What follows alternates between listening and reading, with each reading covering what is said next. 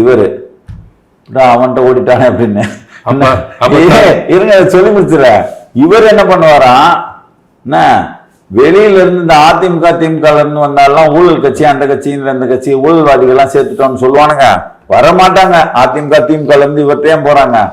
என்ன இந்த தலைவர் புலி படத்துல பாடம் எடுத்துட்டு வந்தவங்க அவங்க எல்லாம் வந்து கரெக்டா இருப்பாங்க. அங்க இருந்து வரவர்கள்லாம் வரவேற்கப்படுகிறார்கள் இந்த முகாமுக்குன்ற மாதிரி இவர் வந்து தலை வச்சு ரெடியா இருப்பாராம். யாரு இடம் கொடுக்கறதுக்கு. இது என்னங்க இது? அது வந்து ஒரு கட்டத்துல முத்தி வெடிச்ச விஷயம் தான் அந்த யாரு நம்ம ஜெகதீச பாண்டியன். ஏன் தெரியுமா? அங்க இருந்து வர்றவங்க எல்லாம் சேர்த்துக்கிட்டேங்க.